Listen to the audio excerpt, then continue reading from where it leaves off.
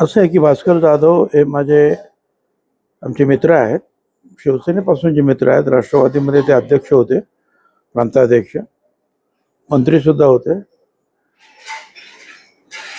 अजून त्यांचं राजकारणातलं काम थांबवावं असं त्यांचं वय नाही आहे.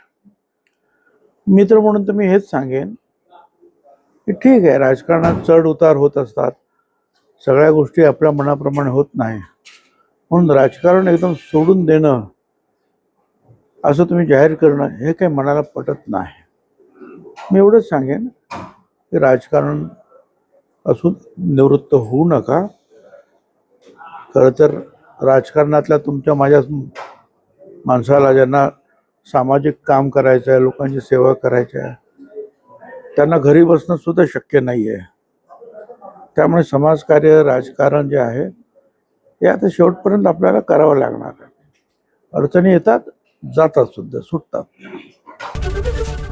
एबीपी माझा, उघडा डोळे बघा नीट.